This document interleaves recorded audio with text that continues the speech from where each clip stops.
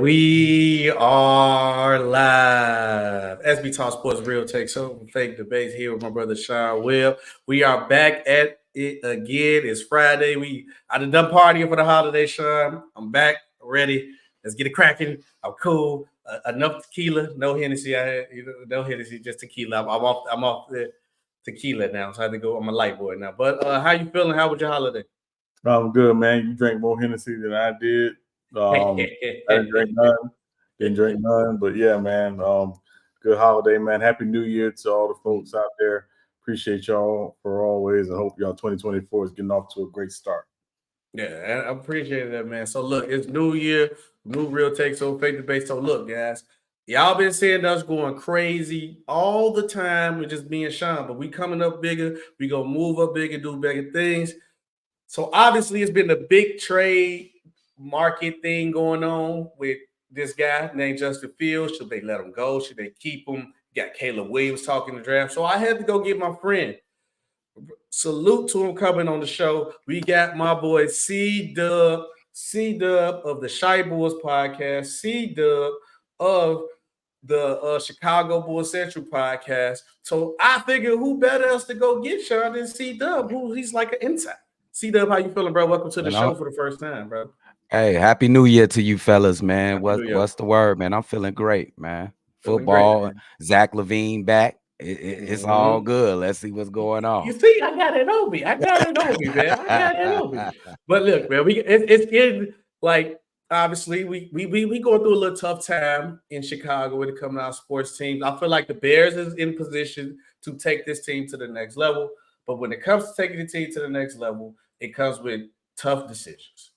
And one of the toughest decisions that the Bears got, we're having a back-to-back number one picks again. Shout out Ryan Poles for that. That's a really good job. But it is the Chicago Bears got the number one pick. So what do? Do you draft CalebWilliams or do you keep JustinFields? And before you ask that, right, before you answer this, what is the energy in the city of Chicago about Fields? Because we've seen everybody saying we want Fields. But from your perspective and in your inside view, how does Chicago feel about Justin Fields? I think the city is split like 60-40 on Justin Fields, 61 on Justin Fields, 40% don't want to draft another quarterback. It ain't exactly CalebWilliams. They just want another quarterback. CalebWilliams, I like CalebWilliams. Let's just start here. He's a very talented quarterback. He can make all the throws. He's a playmaker. He's an absolute playmaker out there on the field. He does have some troubles against really good defenses. As you can see in his last 5 games, he lost 4 of the 5 games. Justin Fields, I think he was a better college quarterback than CalebWilliams. You can argue that. You can't argue that. And remember that we was going through COVID. He only played 8 years, one of those years, and was absolutely outstanding. And you can take into account when Justin Fields played in that semifinal against the Clemson Tigers, he absolutely obliterated them. 6 touchdowns to 0 interceptions. I have not seen CalebWilliams in a big game in college football. If y'all have, let me know. If y'all seen him in a big game yet. Yeah. I haven't seen him. Not that big. No. Okay. You know, it might have been, Monique big. It wasn't, Izzo big. You know what I mean? So, right. But before we keep going, because I didn't know, because I didn't see it, but if you have Batman, you got to bring Superman too. And Super Bobby's in the building too. The other half, other ChiBearsCentral podcast, and CalebWilliams. Oh, what's up, Bobby? I didn't know. I was like, man, my boy Bobby busy. I ain't see it. But the other guy who also was with me with C-Red PC too. We was going crazy with that. But obviously, okay, since you're here too, Bobby, answer the question. How does Chicago feel about Justin Fields? What is the feel? I mean, the feel is that, at least I can't speak for everybody, because if you are a participator on X, or what was formerly called Twitter, you know that every single day is an argument about who should the Bears take, what should things do. But the way I feel is simple. You keep the guy. This is a homegrown guy who's made strides in the right direction. It's not all on him for the 10 and whatever record that a lot of people like to point to, you technically don't have to pay this guy for another 2, maybe even 3 years if you don't want to. And the draft capital is there. I like to follow the formula of the good teams around the league. San Francisco has been great for so long because the infrastructure is strong over there. So they get success with Colin Kaepernick. You get success with Jimmy Garoppolo. And now you get more success with Brock Purdy because the foundation has been laid to where you can, make some mistakes with drafting a quarterback, because we all know every first round quarterback is not going to hit. And it happens every single year. Shout out Mr. Biscuit. So I say stay with them, build the infrastructure. You're going to have draft capital. The next generational talent coming out of college probably will be announced after the draft. right. So, you know what I'm saying? Yeah. Just stay pat, bro. Stay pat. Continue to build the team. Okay. I just want to add this. Go ahead. Good. I'm gonna let Sean act. When I compare the 2 quarterbacks and I really look at it, Justin Fields clears him in a lot of categories. He's bigger, he's stronger, he's more athletic. I think he can read defenses better. He has yet to. CalebWilliams has yet to step foot on the NFL field yet. That's true. So stop thinking that he's gonna come on the field and automatically be a great quarterback. Because some of those throws, I'm like, "Ooh, that was nice," but it's gonna be a safety there. You ain't gonna be able to do that in NFL. Oh, that was a nice move, but man, those are top flight athletes. You ain't gonna be able to get away. No, you're right. Y'all be careful. No, I understand him. Go ahead, Sean. So let me ask. I'm the non-Chicago brothers on this platform right now. So I got to ask a couple things. First, let's back the train up just a little bit. How safe is Ryan Poles? Because I think Matt Eberflus is likely gone, but how safe is Ryan Poles? I believe Ryan Poles is safe. 100% safe. He came into a bad situation. Money was given out to a bunch of old guys, just to name a few: Akeem Hicks, Khalil Mack, and a few other players. He cleared those books. And then he came in and he started, giving out 1-year deals, but he still stacked up on draft pick. A lot of his draft picks have hit. It's a long list. I'll just name a few: Jaquan Brisker, Kyler Gordon, Darnell Wright. You got Terrell Smith, who's a 5th rounder, I believe. You got Roshan Johnson, who's still developing. You still got a few questions with his wide receiver selections, but the draft pick speaks for itself. The trades and going out and trying to attempt to bring more young players, not just giving out money to older guys, but getting young players, and you lock them up for the foreseeable future. I believe he's safe because he's the greatest thing, and I'll leave it at this. The greatest thing that I noticed about Ryan Poles is if he's wrong, he's going to move off of it quick and not try to justify it. You see a lot of GMs try to justify their moves. If it's not right for him, he move off of them. And that's a great point, nephew. A lot of people like to point to Roquan Smith and the way he's performing in Baltimore. Like I was heard of that. Every GM is going to every GM is not perfect. He can't be perfect, bro. And obviously, I think we well off without Roquan Smith. Shout out to him. He's absolutely fantastic. But we got 2 for the price of 1: Tremaine Edmonds and TJ Edwards. So I think we okay. So I think I agree with y'all both. I think Ryan Poles is safe, right? Obviously, he made the smart deal. Obviously, trading with Carolina, getting DJ Moore, getting the additional round pick and the draft capital, saying, "Hey, listen, we're going to push all our chips in to make things right for Justin Fields." But after that 3rd year, teams got to start thinking about making that financial decision. And the question is because I don't think it's going to be a football decision as much as it's going to be a financial decision. From y'all's point of view, where are y'all seeing the scale of the financial decision versus the football decision? Because obviously, when you look at the rookie salary cap scale, guys are capped in what they can get. Where again, Justin Fields will be extension eligible after this season. Where are y'all seeing that in terms of kind of your view of the team right now? Me personally, my bad. No, go ahead. I was gonna say, me personally, I don't think even when you consider the money with Justin Fields, you still got the 5th year extension, as you mentioned, to give him, which would probably get him I think it's like $30 million or something like that. And then after that, I don't think he's a quarterback, at least right now, from what we've seen, that's going to say, hey, I want the highest paid contract. And I don't think you have to worry about that. I agree with nephew. I think we should work with patience in this situation right here. We have plenty of years, and also we can tag his ass. Sorry if I cursed, but we can tag his ass if you good.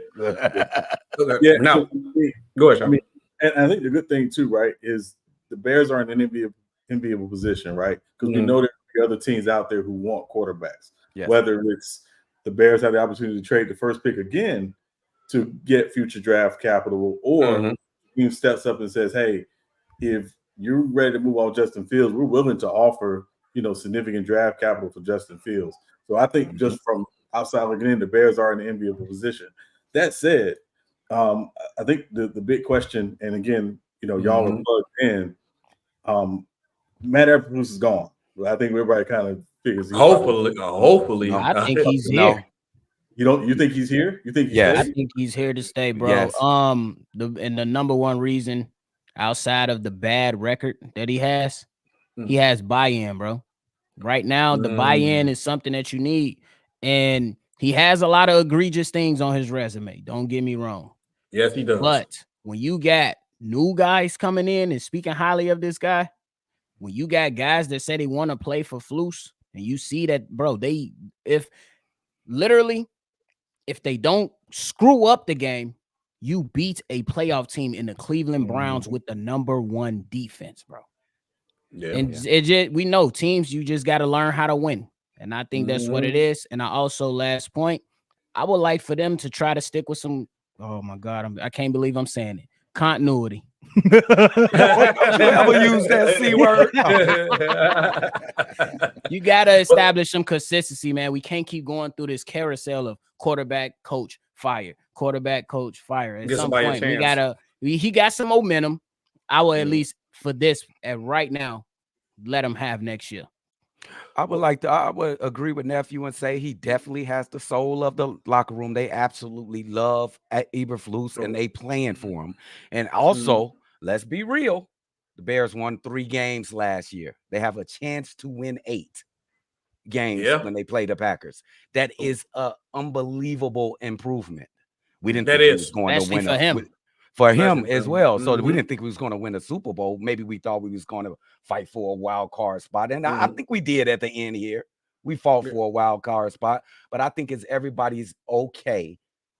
Most people's okay in Chicago with the improvement with the team over the last, 5 it's weeks. The offensive coordinator that we got questions. You talk about him, we can talk about something. Okay. Now this is my point I was just going to ask y'all. Because all right, if Eberflus is a guy to keep, who do you look for as a coordinator? And then if you want to keep Fields, before we go back to the other guy, this guy right here. So do you just go all out and take Marvin Harrison at 1, and then you don't question about a round post receiver draft? Because we know this guy gonna come in the league and be a stud, regardless. I think he like Jettas. He like one of those mouse guys. You could put him anywhere, and I believe this kid is still gonna flourish and be great. So do you just go out on the whim if you don't get the draft capital that you want? Or maybe you know a team that might want a quarterback that's behind you. You drop down like 1 or 2 picks, get like another second or third, and then go get Marvin Harrison? Oh, bro, you're going to get offers for that #1 pick. It's coming. Washington, I think it's Washington's at 2, nephew. Washington's at 2, Patriots at 3.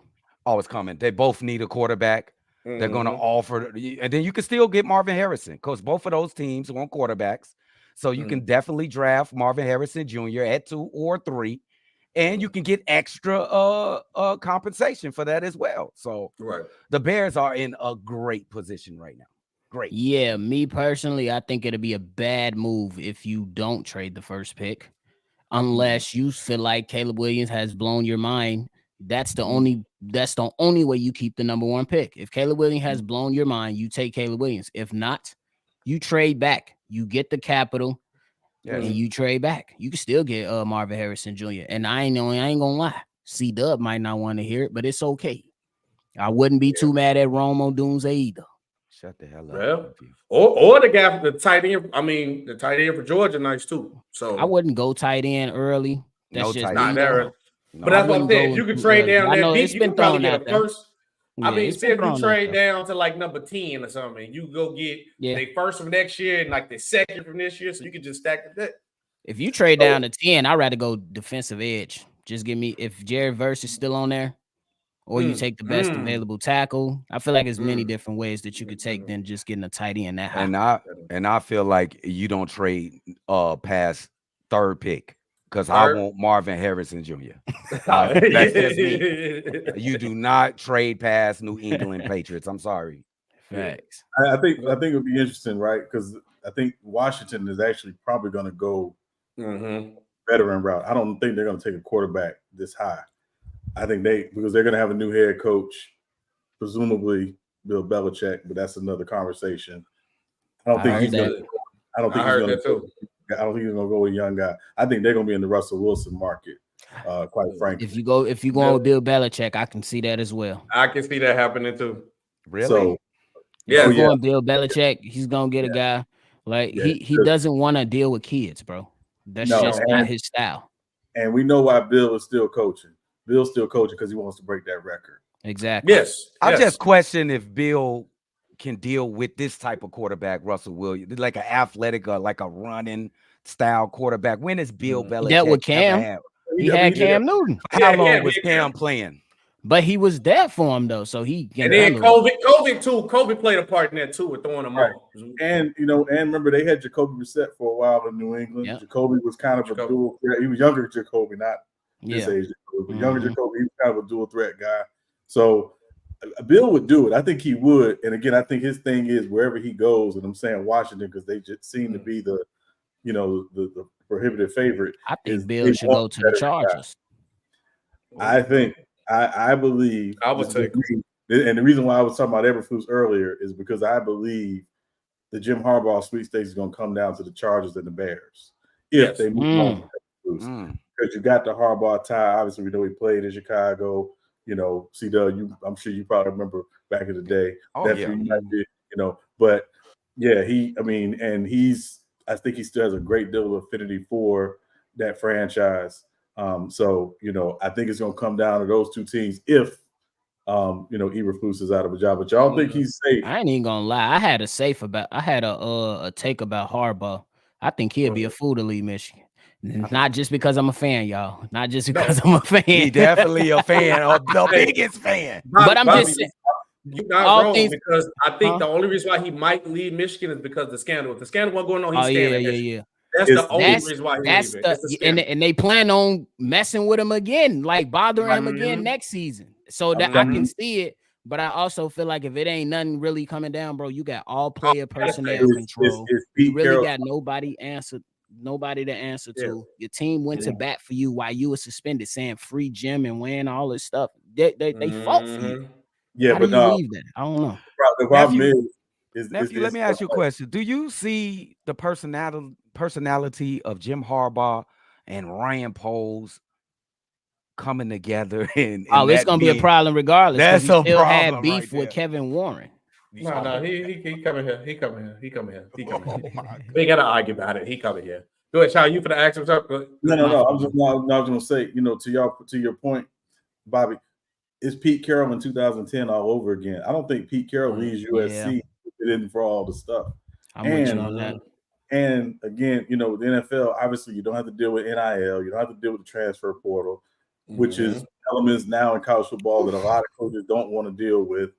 And the NFL is calling. And I think if Michigan wins Monday night, which is a very high possibility, it wouldn't shock me. Yeah. It would be a great way to go out because you dominated Ohio State, and now you through all the turmoil, you cap it off with a trophy.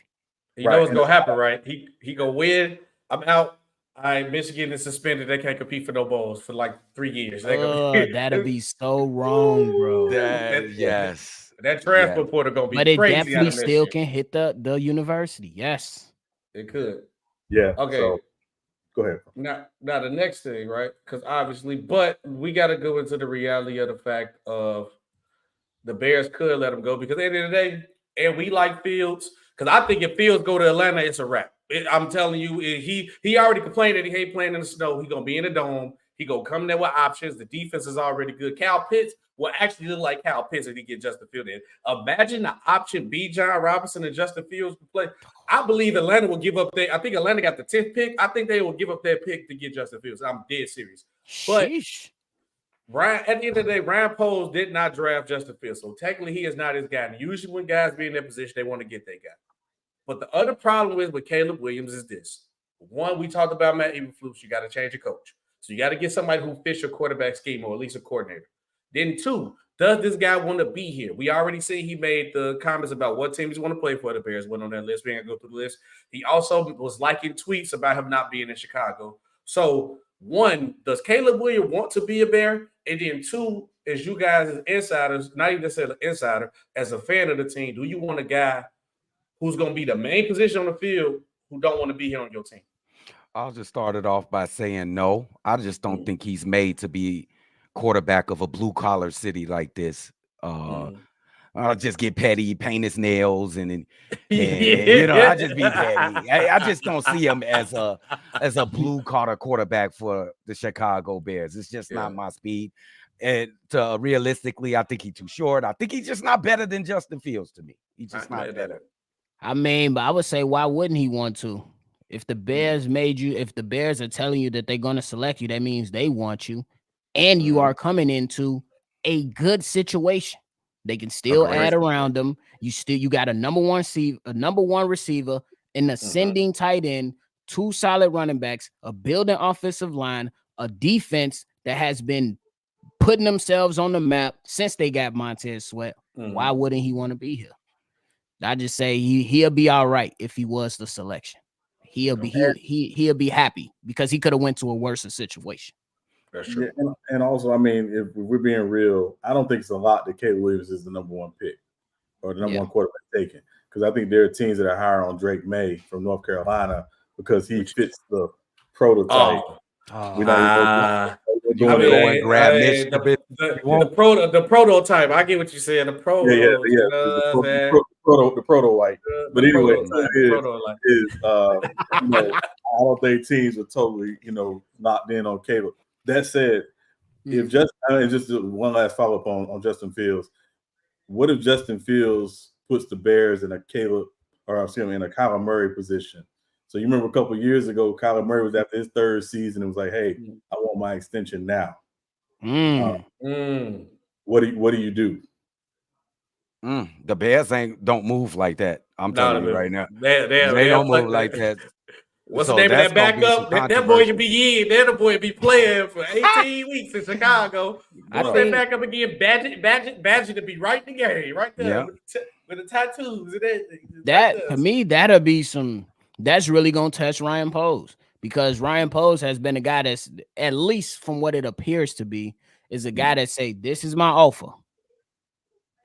And that's why Roquan Smith got out of there. That's why Jalen Johnson is still not signed. Things like that. But I think the only way you get in a situation like that is if you have a quarterback who kind of performed like Kyler Murray. I mean, you can't be mad at him. Within those 3 years, he made a playoff appearance, and he was lighting it up, no matter how we like to think about it. If he comes in and light it up, he probably can come in and do that. But I don't see Ryan Poles doing that, especially if Joe Burrow and guys had to wait their turn. No. But they all got paid after their 3rd year. Oh, so you're right then. So that's what I'm saying. It can happen. This is why I'm people gonna be watching.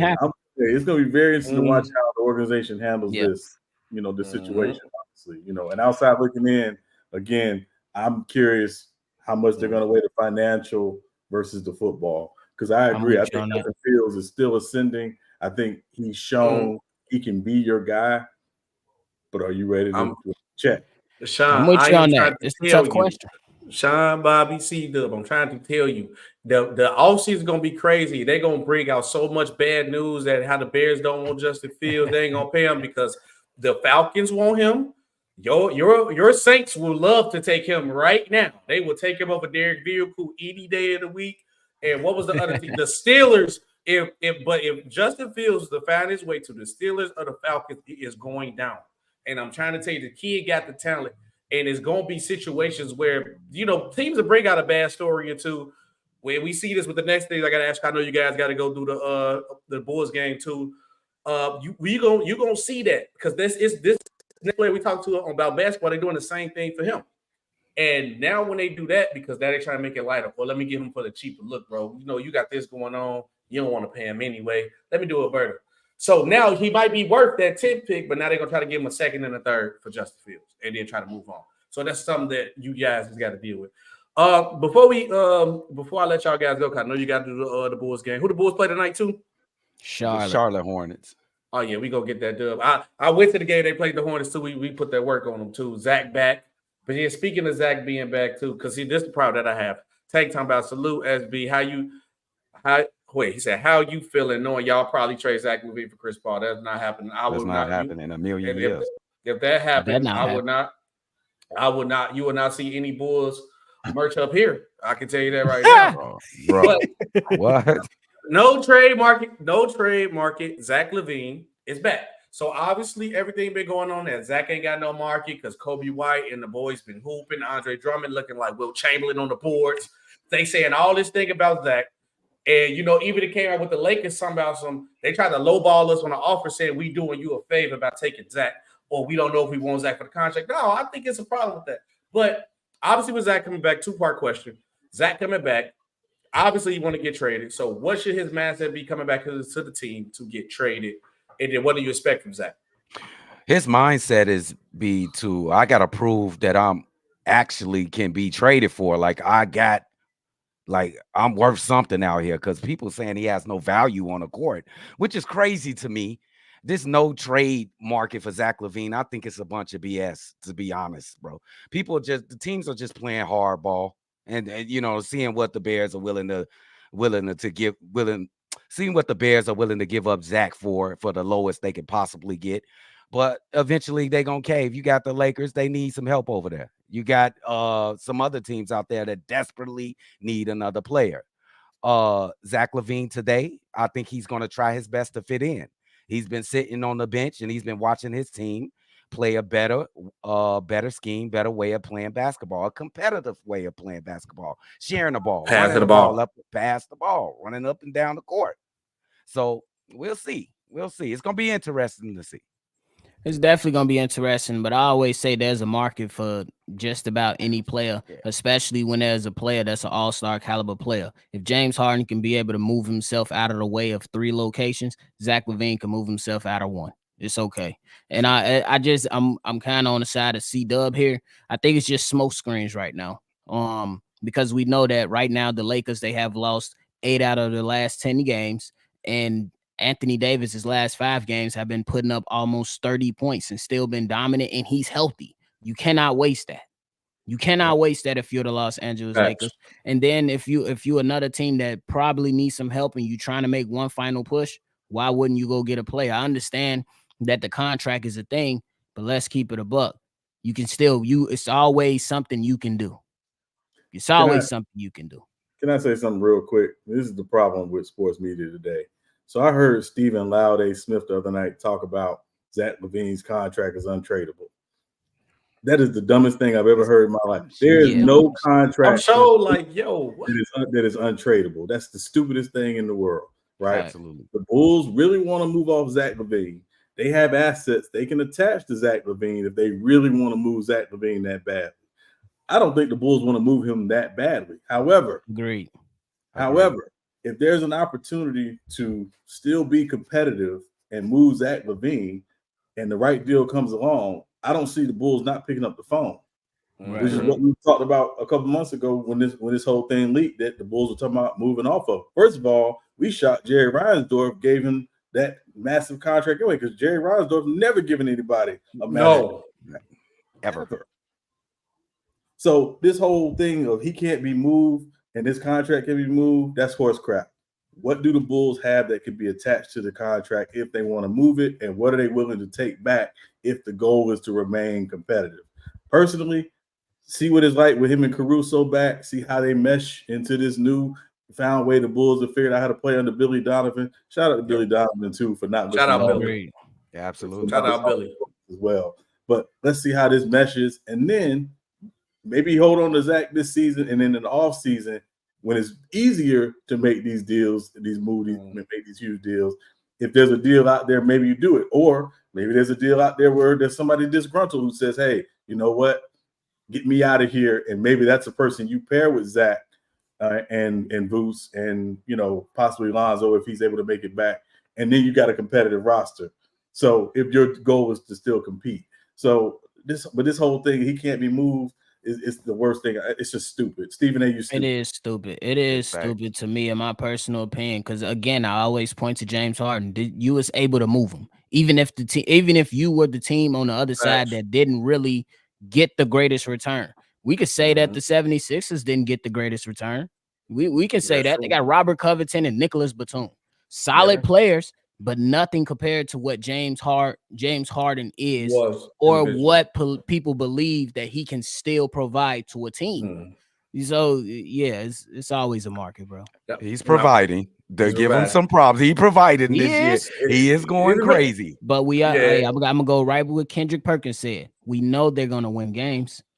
What's gonna happen when y'all hit the playoffs? That's when it matters. That's all that matters with the injuries. That's it. Hey, the Clippers can't do nothing for me in the regular season. They could go 70. They could break the 73-9 record. I would not care because everything with them got to do with the playoffs. But the last thing I gotta ask you guys, I know you got to do the game. I appreciate it again for y'all coming on the pod. I appreciate y'all.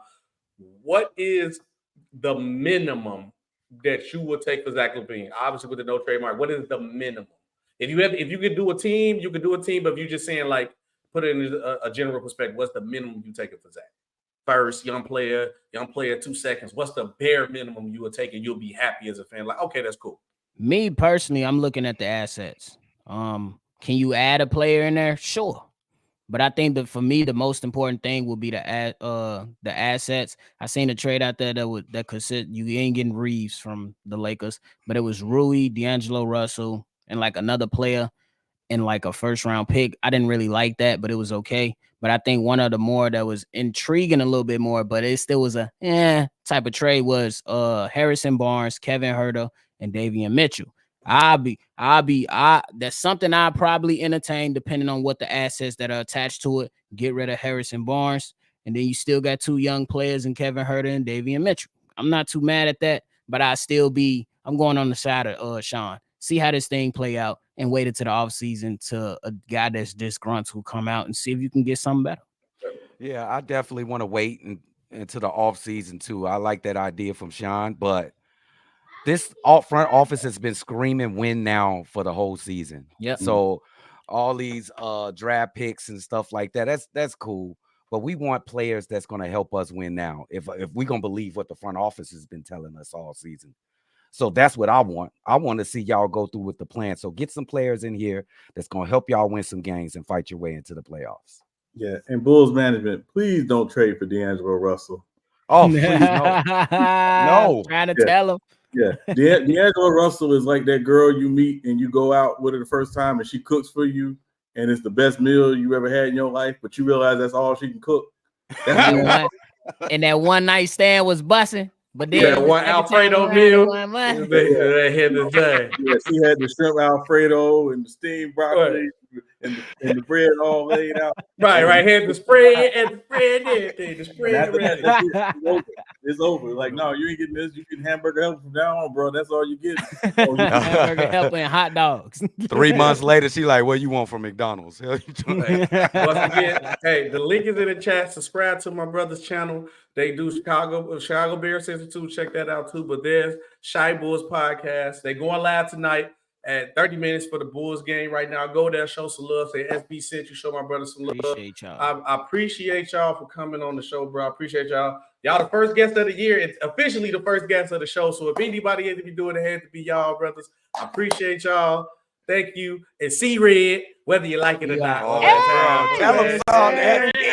But hey, salute, Sean. Before I get up out of here, definitely want to say thank y'all for having me on. Me and Cdubb. Appreciate y'all. And y'all definitely got to get us on for more NFL talk. All right, I can talk about NFL forever. I be having to cut myself short on certain platforms, but we could definitely do it. I'm doing the same thing I'm doing, but not pay attention to the game and to the game. Come on, I had the whole shit. Look, I had stuff cooking for the football. I had a whole show planned. We gonna still finish up today. Look, we gonna get y'all back on when it ain't no Bulls game on or no Bears game, and we're gonna have a whole full segment. We're gonna chop it about everything. For sure. Appreciate y'all. Appreciate you, fellas. Have a great show. Have a great show. Appreciate it. The third. Shout out my boys, Bobby and Cdubb, man. Shout out to them, man. Let me respond to Action Jackson really quick. What Action say? I don't want no $100 off. We'll square up. I'll square it with you on Monday if the Cowboys win, and I'll square it with you. So don't worry about it. I got you. All right. So y'all bet was if the Cowboys win the division, right? Right. Yeah. I think so. If they win, they carried out to the wire. Oh. Yeah, because the Eagles messed around and lost to the Cardinals last week. So yeah, that's that. The Eagles ain't man. The Eagles ain't making it to the bowl. Yeah. Y'all gotta be straight up with it. Straight up with it. The Eagles ain't making it to the bowl. All right, now we got to keep going on to the show. Before we get into Black Monday, real quick, let's talk about this. Sean. Make sure you guys like, share, subscribe. Aaron Rodgers got voted Jets' most inspirational player of 2023 NFL season. Sean, I see this, and I seen this, wiped my ass, and said, "What? Of course he gonna get this award." Right. After 8 plays since week 1. What else he gonna do besides inspire everybody? Yeah, good job, guys. Good job. Hope you do good. Come on, Zach Wilson. Garrett, I throw you that pass better, but support the boy. Oh, yeah, I'm inspiring y'all. Look at me living, what I'm saying? I'm coming back. What else he gonna do? Like, besides inspire his team, he's an older guy, vet leader. So I looked at this show and I said, this can't be for real. Like, are y'all serious? So how do you feel about Aaron Rodgers winning most inspirational Jet player of 2023? So if I was a Jet player and I was hurt last year and I came back from a devastating injury, I'd be pissed off, right? I'd be pissed. Number one, first of all, this is poor timing to give out an award to Aaron Rodgers when he literally just got threatened by Jimmy Kimmel with a lawsuit for that Epstein stuff. So poor timing on his part. L timing. I mean, I guess the Jets got to get have some good feel good story. I don't know, man. It's right. It's I don't know. I don't know. Yeah, I've seen this. I'm just like, and like if you Breece Hall, like you got hurt last year, you came back, and look at what you did this year. You were so good that they didn't even have snaps to play Dalvin Cook basically the last half of the season. So what a joke! As you see, it's whatever. Agree, Action Jacks. He definitely needed that. Lee, we gonna talk about this. We gotta get the football first. Oh, I got a lot to say about this. Keep staying tuned to the show. Look, one thing Sean always tell you about how we do things. I don't just say it right now. I might word it a certain way, to get the people to click on the show, but I don't say nothing for no reason. I never say nothing for no reason, whether you like it or not. But one thing that goes on in the NFL is called Black Monday. Black Monday predictions is pretty much who ain't gonna be here next year. And Black Monday is what? Monday? We want to say Monday this Sunday? Monday? Black Monday? This Monday.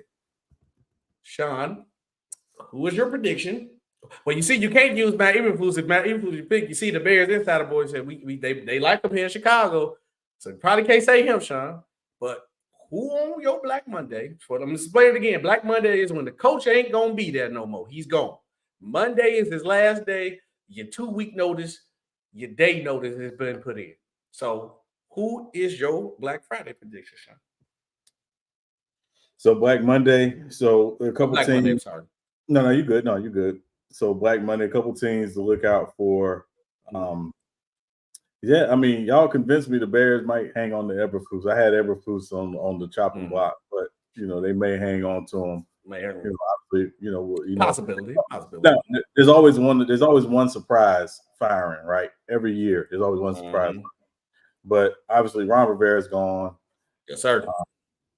Agree, Action. Yeah, Mike Vrabel gone. I think he's done in Tennessee.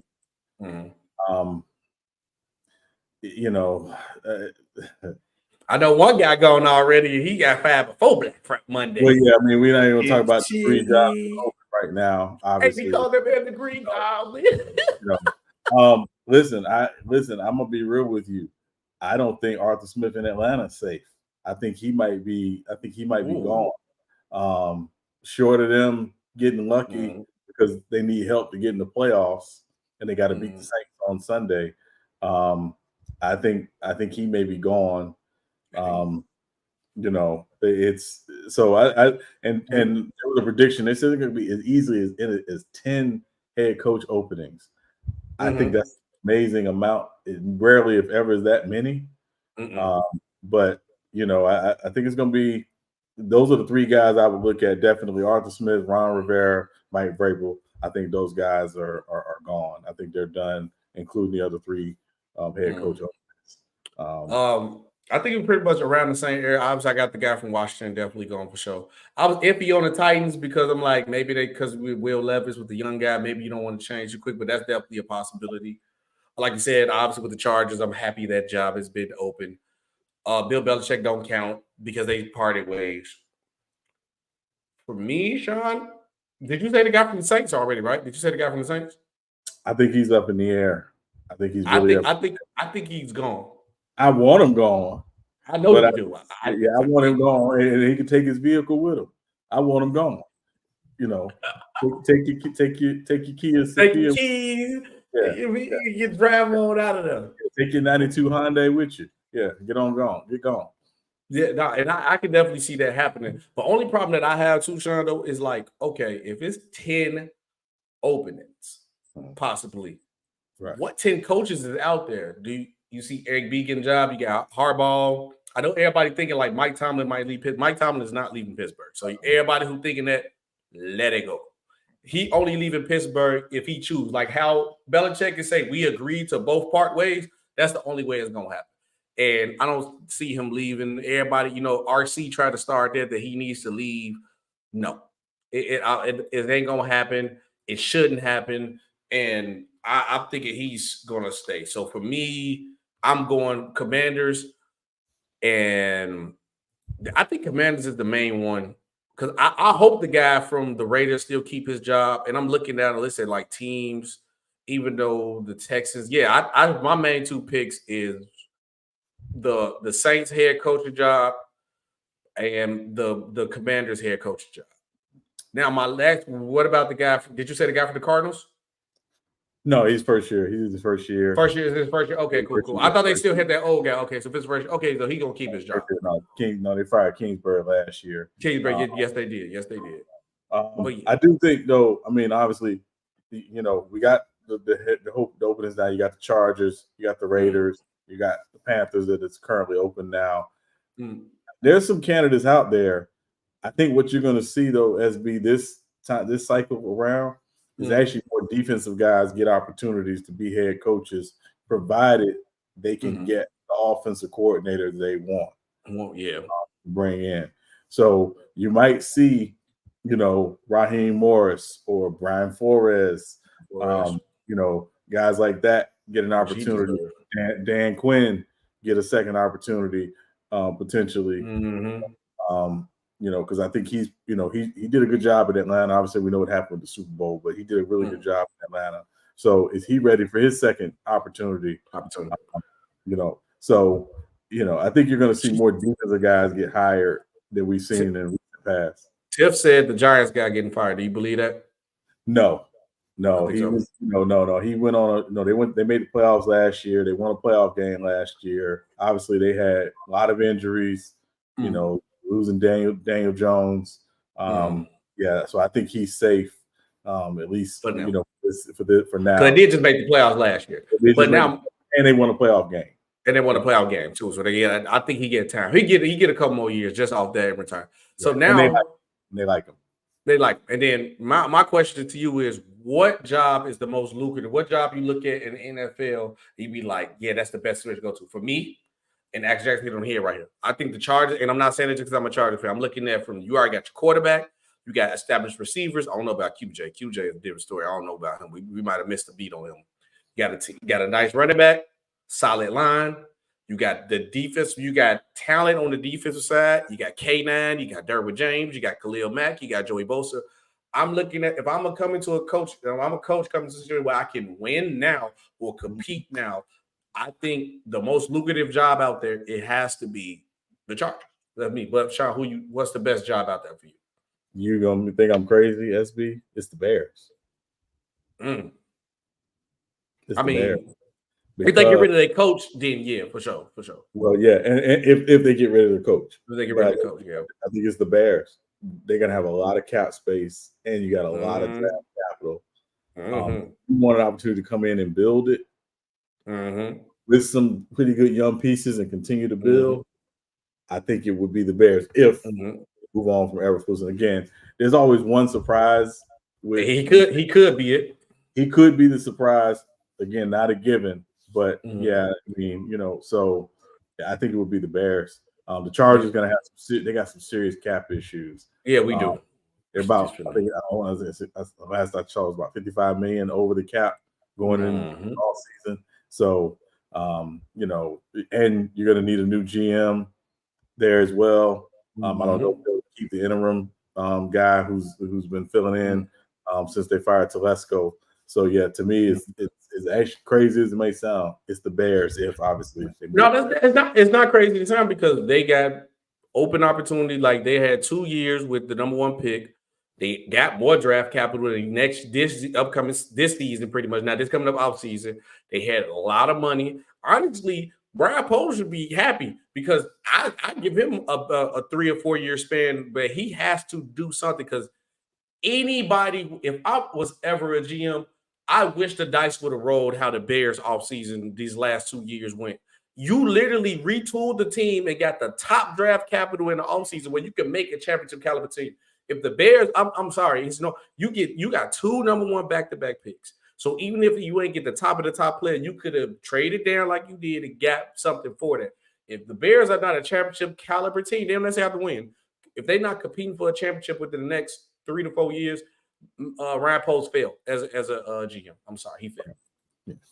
Last NFL story before we get into this basketball talk, go to the hardwood. The rich get richer, Sean. Obviously, the Ravens right now are the best team in football. The Jets released Dalvin Cook. The Ravens say, why not add him? And I don't blame him. Dalvin Cook going to go in a situation with the Ravens where I think he will get more touches than he did with the Jets. I don't really think he has to do too much anything. And then, to get Dalvin Cook for nothing, I feel like the Ravens did the smart thing. And Dalvin Cook did the smart thing. Well, if I'm going to go anywhere, I'm going to go to the Ravens where I can compete for a championship. So what you think about the Ravens signing Dalvin Cook? I mean, listen, it's first of all a smart move for them after losing Keaton Mitchell, to the injury. He makes a lot of sense for the Ravens, for how they play, obviously. And, I think the other thing too, and, it wouldn't shock me, and I'm just piecing together things here. His brother played at Georgia under the Ravens offensive coordinator, Todd Monken. So I'm willing to bet he probably has seen enough from, watching his brother, knowing what type of offense run, where he can fit in. He's a veteran guy. Dalvin, one thing about Dalvin Cook, you put the ball in his hands and anything can happen, So it's the perfect opportunity for him. And again, the shortest distance or the shortest distance between 2 points is a straight line. The Ravens, in my opinion, have the straightest line to the Super Bowl. And Dalvin Cook is trying to get. So it makes a lot of sense. That's why he go to the Cowboys. Even though y'all would love to have Dalvin Cook, that's why he go to the Cowboys. Y'all was too iffy. Because the Ravens, I feel like that's a straight shot to the Super Bowl. One of the best teams on both sides of the ball. And then, like I said, like you said, brother played a part in, so he know how he'll be used kind of in the offense. He can. People just want to think about like when people devaluing the running backs.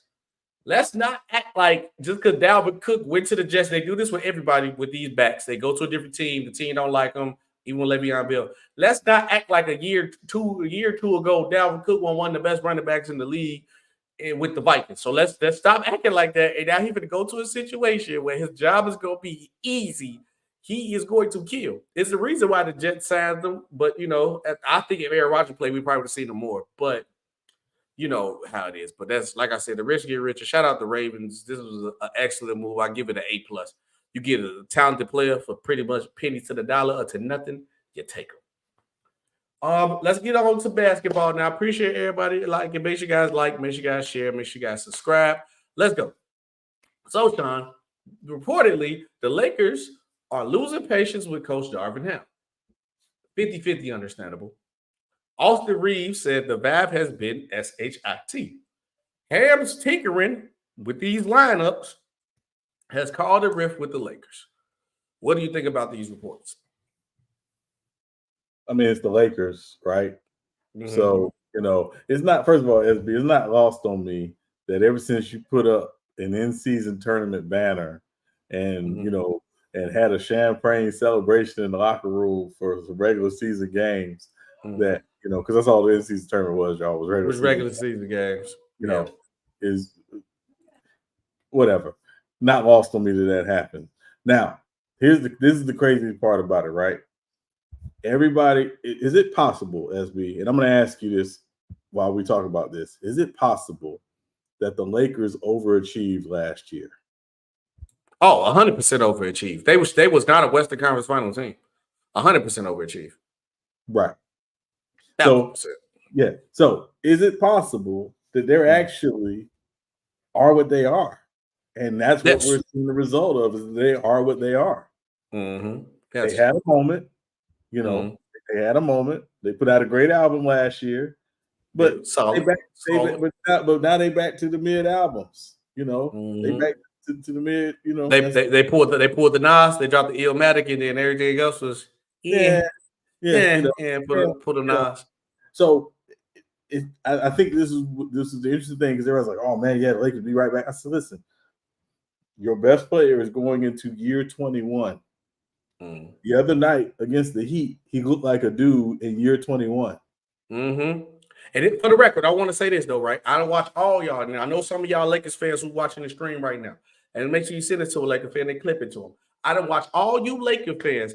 If Anthony Davis would have did what LeBron James did, y'all would have been calling him trash, ambulance clothes, street clothes, all this. He trash. He always selling LeBron. Why LeBron didn't get the same energy? And this the reason why I told y'all, and we finna cook up even more on this. This the reason why I told y'all when I said LeBron James is not a top 10 player, and because of this point, because when they said LeBron played trash, y'all told me it's year 19, he finna be 40, he old. And I tell you, that's why he's not a top 10 player, because I don't expect him to be this good consistent. Have he been doing better than I thought?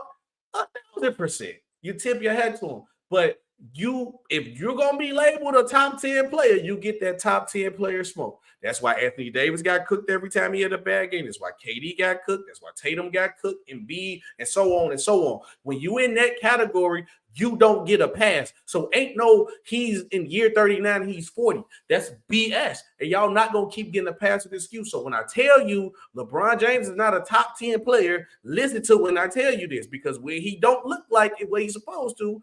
Now, don't all want to hear that he's a top 10 player. He played trash.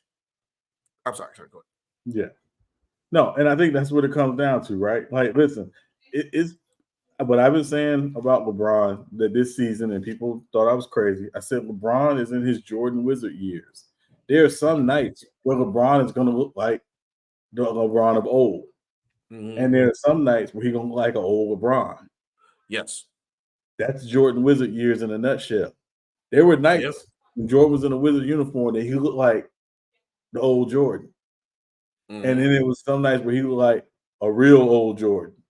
Get this old man off the court. Right. So, and there's nothing wrong with that. You're in year 21, you're almost 40 years old. There's nothing wrong with that, right? Right. I think the reality of it is this is why people needed to temper their expectations for this Lakers team. They got swept in the Western Conference Finals. Well, they shouldn't have been there, but they got there. They got there. They got swept. Nobody talked about it. Nobody talked about it the day after, because remember what happened the night before after they got swept. well, man, I got to think about whether or not I'm gonna play, how much longer I'm gonna play. Every news channel was like, "Oh man, did we just watch LeBron's last game?" and blah blah blah. Because LeBron's smart, he knows how to use the media to get his narrative out there, right? When he's in Cleveland, he says, "Yeah, we just won a championship, but we ain't good enough, and are we satisfied with just one?" and blah blah blah. He says it to the media because he's talking to somebody else, right? This is who he is. This is what he does, right? Yeah. So this whole LeBron losing patience with Darvin Ham, let's cut the crap. Yeah. Let's cut the crap. The patience is being lost with the roster construction. Yep. It's not the best constructed roster. They don't have a lot of shooting. They don't. The problem is they built their team to be a defensive team. And quite frankly, they don't get a lot of stops. They do not. They do not. not. I think they're 25th in defensive efficiency this year. Around that range, yep. I think so. So that tells me you ain't getting a lot of stops. So what you need to do is go talk to Rob Lowe and say, "Hey, what are you doing?" and this is another thing too, because this is the Lakers point. Y'all Lakers fans are so spoiled because they expect something every time and don't look at the situation of what the team is. You add peanuts and try to turn it to steak. That's the problem. Y'all took a bunch of peanuts and packed it in a sandwich bag and flattened it up, put it on the stove and said, "Hey man, we making this sirloin, we making this wagyu." Cam Reddish, I love Cam. Everybody know I'm a big fan of Cam Reddish. But why did you got high expectations for Cam Reddish? Torian Prince was cool. Why do you got expectations? You think you're going to get 10 points every night out of Torian Prince? D-Lo ain't never been good defensively. All of a sudden, you expect him to play great defensively or be a consistent scorer. He ain't been a consistent scorer since the Nets. And the reason why he was a consistent scorer with the Nets because he knew he was going to shoot the ball every other time the team was on him. But you give these guys who are peanuts and treat them like they wagyu steak because they got a Lakers jersey on it. You expect them to do everything. Even the guy from the Heat, he been trash since he been there. He overachieved with the Heat. That might be more the Heat culture why he overachieved. But now you go to the Lakers because he had one good run and you expect him to play like that same guy that he did that playoff run. That was abnormal. And Sean, I like how you brought him to the fact of the team constructed and how it is. And there's the point where I'm gonna ruffle a lot of feathers and I don't care. It's a thing I'm gonna call it the LeBron cycle. LeBron James have ruined, I ain't gonna say the NBA, but that's part of the story they put. NBA with super teams and trading off. Take the ruined NBA off. Ruined NBA with super teams. Super teams don't exist. But ruined teams with trading them off in the NFL and the NBA franchise with future picks gone. It's called the LeBron cycle, right? I'm gonna put y'all on what the LeBron cycle is. I'm going to erase everyday part of the story. I just want the LeBron cycle up. That's all I want. I want y'all to see that keyword, LeBron cycle. Boom.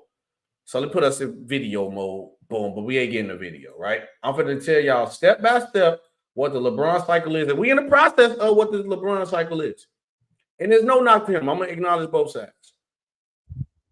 The toxic LeBron cycle is not toxic. This is the LeBron cycle, right, Sean? Yeah. Bron and the Lakers start losing because they are not a good team, which we just acknowledged that this team has overachieved. It's not really as good as they is. Media and Bron's insiders found a role player to blame. It's been D-Lo this year. It's facts. Trade rumors begin.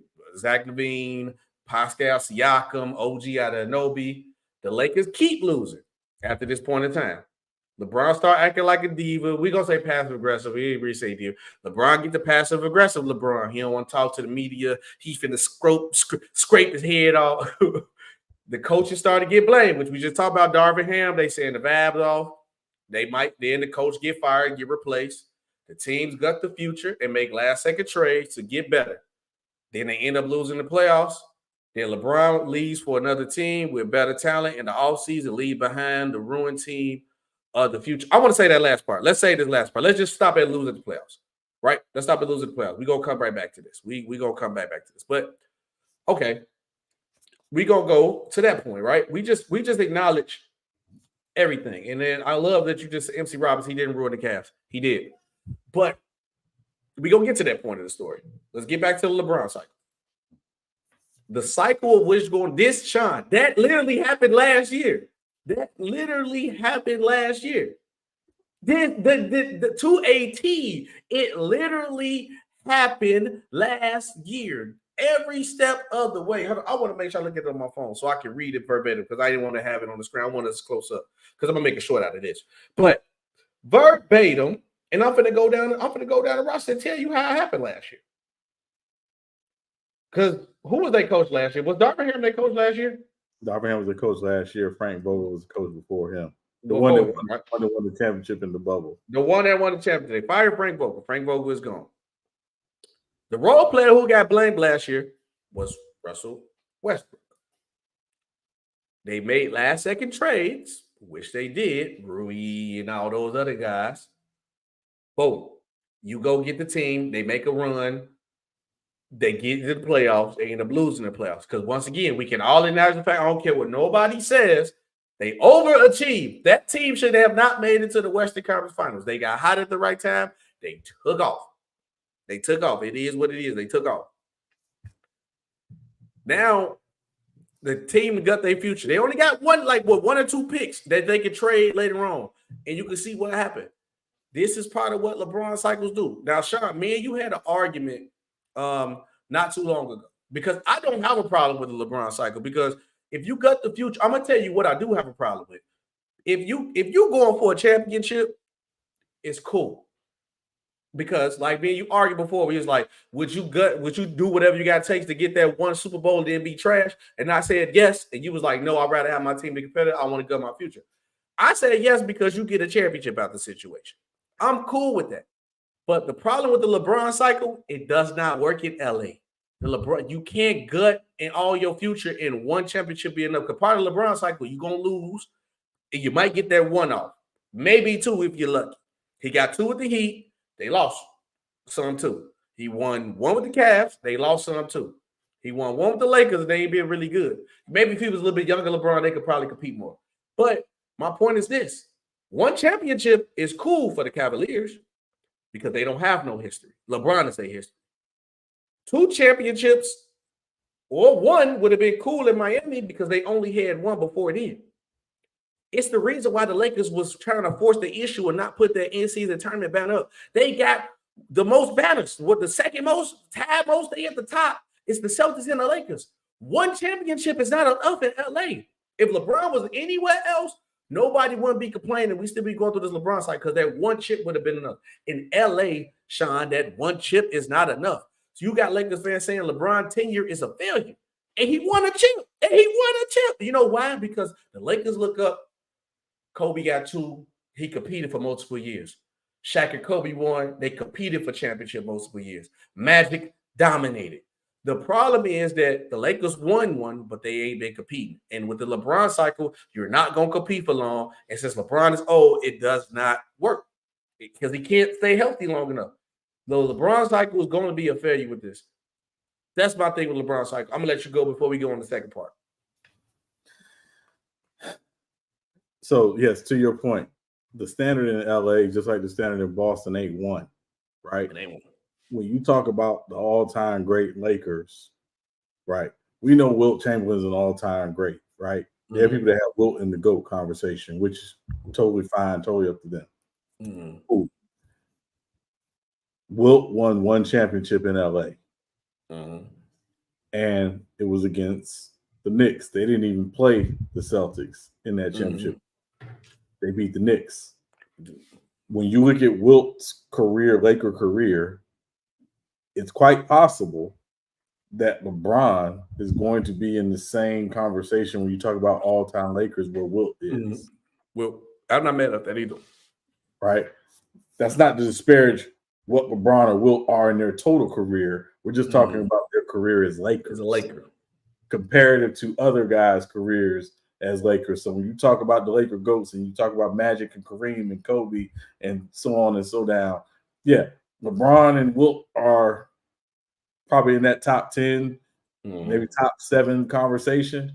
But everybody knows who the three are. Magic, Kareem, Kobe. Easily. Right? Easily. So so I think that's what's going to be interesting about this LeBron cycle is when he hangs it up, and I don't think he's going to another team, right? I think he's locked in LA. Depending on Bronny get drafted, though. Depending on if Bronny get drafted. If Bronny gets drafted, where Bronny gets drafted, does he try to push the Lakers to take him, or whatever? I don't know, but I don't think LeBron necessarily is trying to leave LA. I think he's pretty entrenched. Yeah. In all the money moves though. Yeah, I don't see we'll see the full LeBron cycle. But I want to go back to the last point in the LeBron cycle. All right. LeBron leaves another team with better talent in the offseason. Right. So we don't know if LeBron's gonna leave. But what we do know is that when LeBron does leave, how much of a future are the Lakers going to have? What's it like every other team? What's it gonna look like? Zero. Nothing. They don't have nothing to work with. They ain't got no picks in the upcoming years. So if LeBron was to leave this year, they hope it's just gonna be Anthony Davis and a bunch of other guys. And Davis not gonna want to be here. Because this is the part that I want to harp on and really talk about. LeBron leaves another team with a better talent in the offseason and leaves behind the ruined team with no future.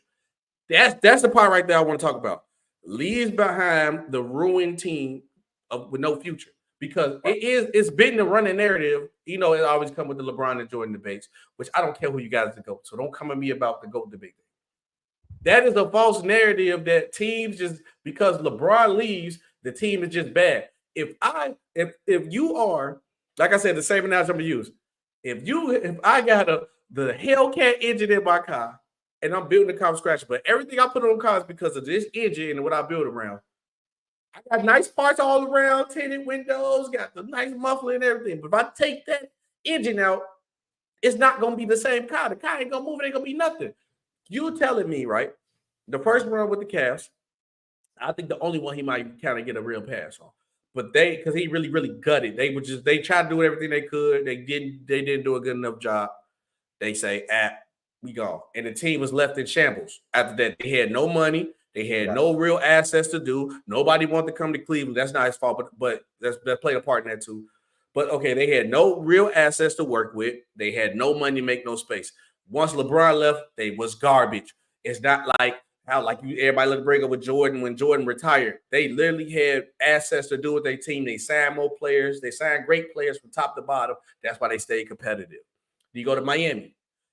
They used up everything. The only thing I won't fault LeBron is Chris Bosh getting blood clots. Obviously, it's not his fault. And D-Wade was out of it anyway. So you're really just saying a Chris Bosh-led team.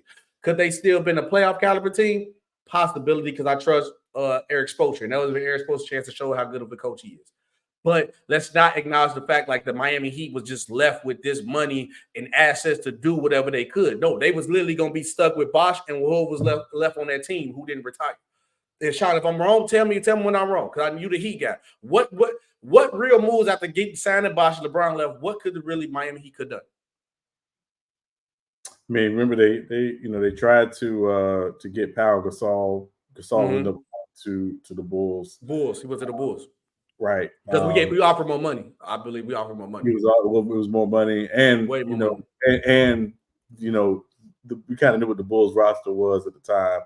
Once the Heat was up in the air because everybody was waiting for LeBron to make the decision at the time, 2014, and then of course, they ended up getting Luol Deng to kind of fill in the LeBron spot. They brought in Danny Granger on a cheap deal. Like it was a lot of just little pieces here and there.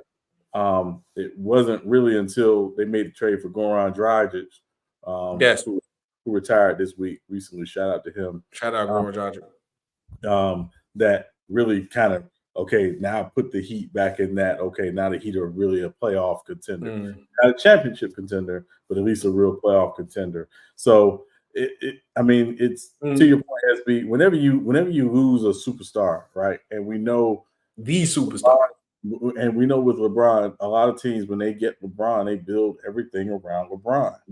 He ain't mad at him for it because it's Bron. It's Bron. He's the truth. He's like that. Right. Yeah. Now the risk is that when he leaves, it's over. What you got? Yeah. Because if you follow the LeBron cycle, you gutting everything to compete, which ain't nothing wrong with it. I'm with it.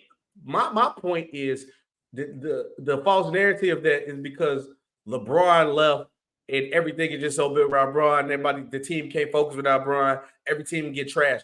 That narrative needs to die out because now we go to the Cavaliers, the second round of the Cavaliers, right? Kyrie Irving leaves. Whatever, you can't blame LeBron. Part of LeBron's fault, but can't really blame him because he was going through his own mind, trying to be Kobe. He ain't Kobe. Kyrie Irving leaves. They stuck with what they have. Couldn't make no moves, no assets, nothing like that. Literally spent up all the money, paid Tristan, JR, instead of just getting rid of people making the team better. LeBron leaves. Cavaliers completely dog awful. Oh, yeah, see, KD, look at what the Cavs did without LeBron. They were trash. If I built my whole team around you and spent everything in you for you to be here and you leave, it ain't gonna be the same. It's not. I told you, it's not gonna be the same. You can't take a Hellcat engine out of there and put a Kia engine in there and still think it's gonna drive the same. It's not. It's impossible. So that's the only thing. Now, I don't have a problem. Now, Sean, you might have a problem with LeBron Cycle because you don't want to gut your roster and have no future. If I'm getting the ring, I'm taking a chance. We gonna go for it. I'll be pissed with that's 2 couple years and then. But hey, look, I can argue, hey, look, we got a ring. But the LeBron cycle doesn't work in LA because one ring is not enough. And that's why LeBron is still getting the problem. He's still getting the hate from the Lakers fans. People say the Kobe fans, but people, Kobe fans are Laker fans. At the end of the day, he made up that. But he's still getting the hate from LA because one is not enough at LA. This is a city of champions.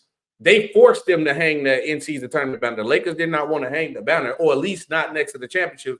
But the NBA was happy to do that because if a prestige franchise won it, like the Lakers, it gives the in-season tournament value. But that one ain't enough for LeBron.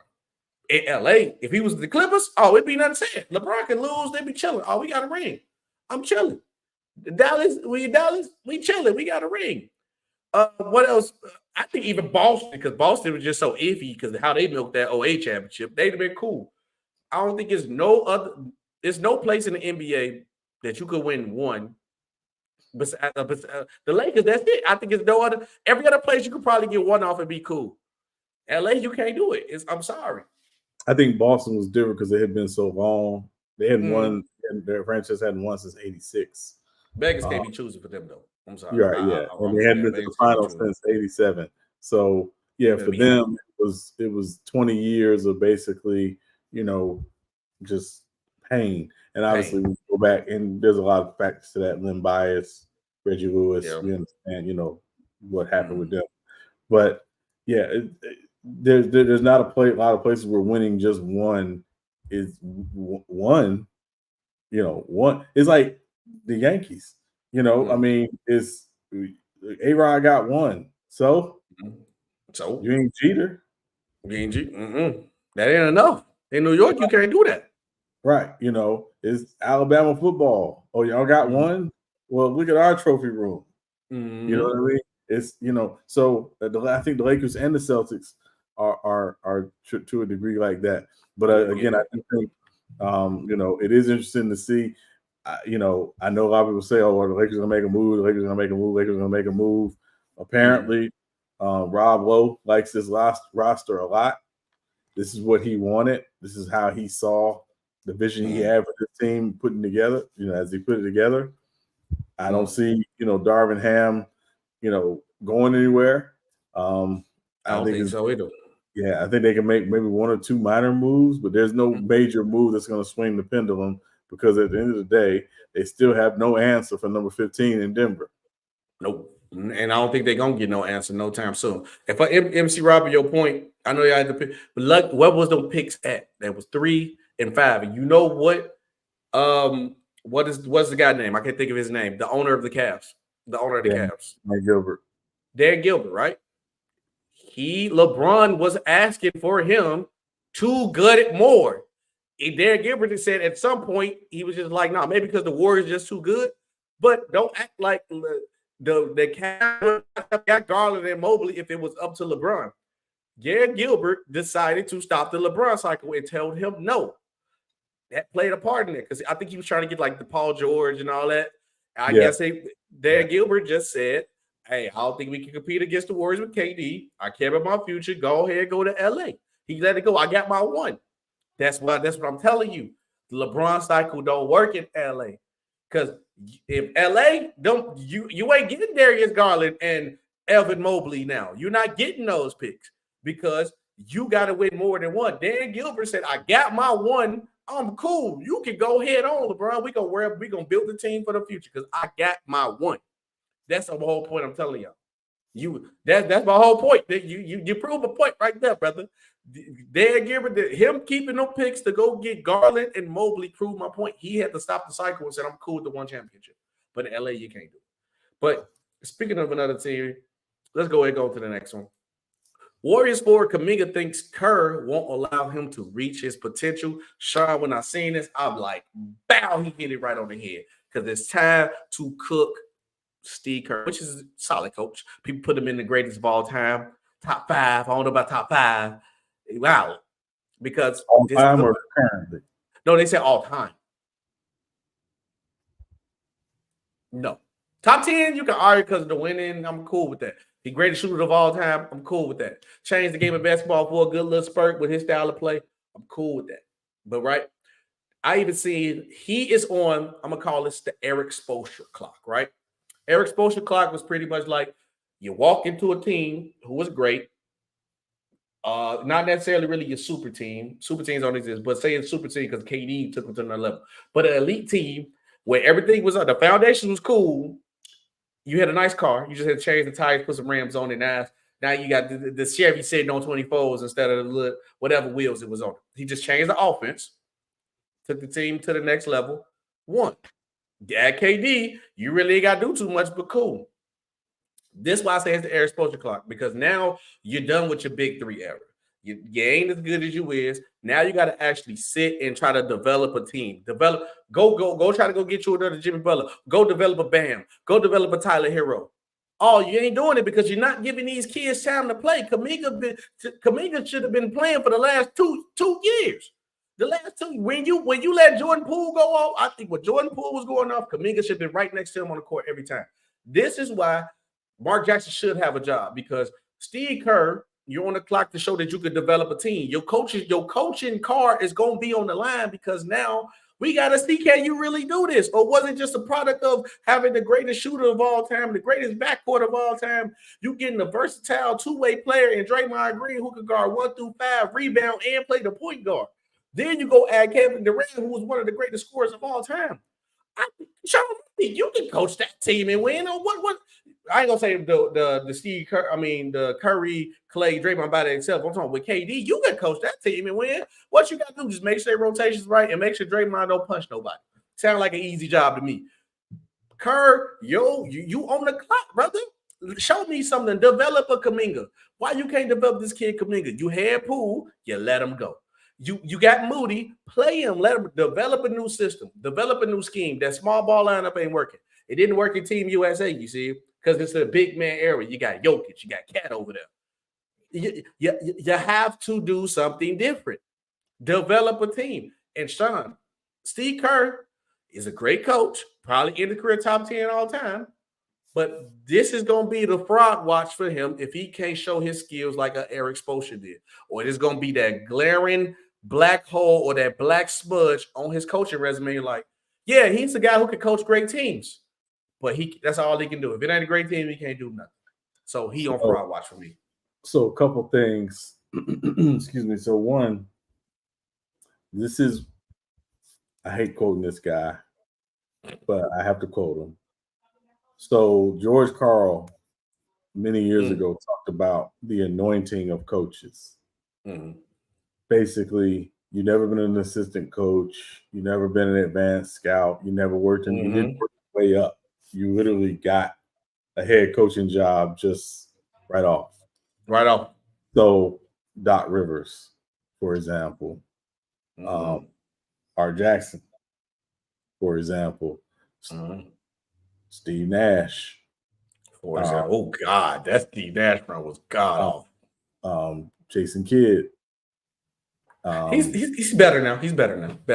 But part of it was he went and he was an assistant for a while, and then he learned. So Steve Kerr was a GM had been the GM of the Suns, was the GM of the Suns from the late 2000s, and was doing television and was interested in coaching. Like you said, when you get a ready-made squad and you get a squad that you think is now, he made some key decisions. Now that's not the same. Getting Iguodala to come off the bench because that was huge.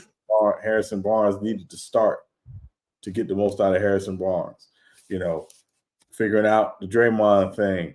When David Lee was out, like, hey, no, Draymond, he brings an element to this team that David Lee doesn't. Blah blah blah. Getting Steph to play off the ball a little bit more. So they could implement some of the triangle concepts and some of the motion concepts and the Princeton offense that they wanted to put in. He's done some good things. But now, like you said, the Steph, Clay, Dre era is coming. It's more years behind than it is in front of it. You had a unique opportunity when you got Wiseman, Kuminga, and Moody to say, hey, listen, we can Poole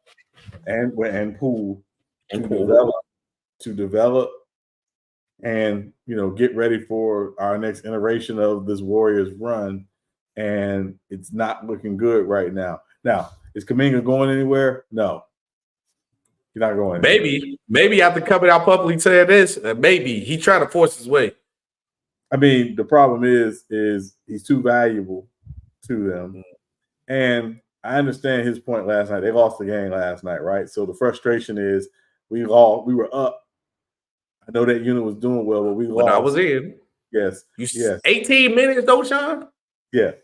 That's like you bitched me for what I do.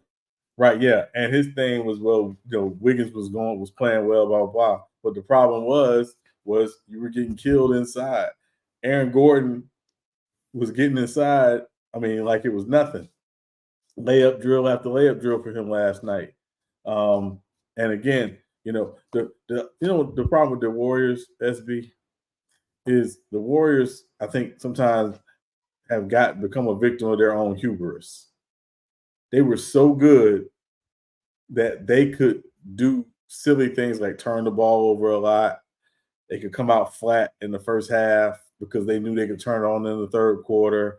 They got so convinced of their own hubris that now they don't have the same room for error they once had. No, you can't have the turnovers. No, you can't come out flat in games. No, you can't have one of your better players getting suspended indefinitely because there's no KD to pick you up when somebody goes out. So to me, their problem is that now they've come back down to earth, but they haven't acknowledged that they come back down to earth. That's hubris. You hit it right on. You hit it right on the head with everything that you said, because people forget a lot of those mistakes that the Warriors used to make that Steve Kerr never cleaned up because you just so dependent on that. And guess what? You can't teach your old dog new tricks because you done built habits. You done built these habits where the Warriors still do the same thing and thinking you're going to come. No, you're not going to be down. You're not going to be down 15 to 20 points going into halftime, but then you're going to be up by 10 going into the fourth because y'all can just turn it on in the third quarter. Clay, third quarter stuff. KD ain't that no more. Oh, you had Poole, they ain't that no more. Yeah. You got to develop these other guys. So, like I said, Sean, Steve Kerr gonna be on fraud watch for me, and that's it. That's it for me. Steph Curry, guys, no gravity. Oh, go James Keenum. You might have to rewind back a little bit, but yeah, go James Keenum. He gonna be on the show Monday. Rewind back. We talking about the LeBron cycle, so you make sure you get it together. But I'm definitely gonna cut a couple shorts up. Shout out my boy Johnny, the exposer. But yeah, no, that's what I said. I don't think it's gonna get the same. But let's go on to the next one. Yeah, do we want to do the next story? Yeah. Nah, let's not do the next story. It's the Nets. Just long story short, the Nets is just the first team to get Dr. 100K because players sitting on the bench. All I was going to ask you, Sean, was why is the Nets sitting players?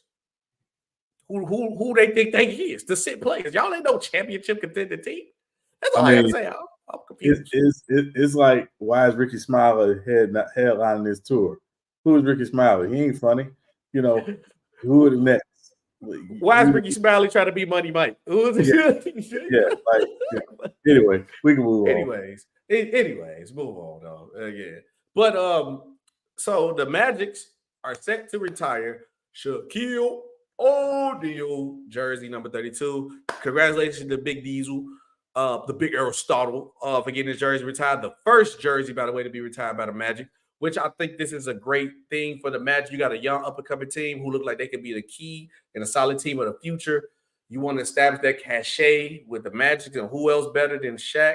You know, he took a franchise that was what they call that team when they joined the expansion team, and within like 5 years, 5 years, they was in the finals and they was competitive as soon as they got Shaq. So you have to respect Shaq for that. I'm happy he's the first guy to do it. He deserves. Hope we see more Magics get their jerseys retired. Like Penny. I know we're trying to argue Penny and T-Mac before the show. I'm going to take Penny. Dwight Howard definitely better get his jersey retired. I don't care how anybody feel about Dwight Howard.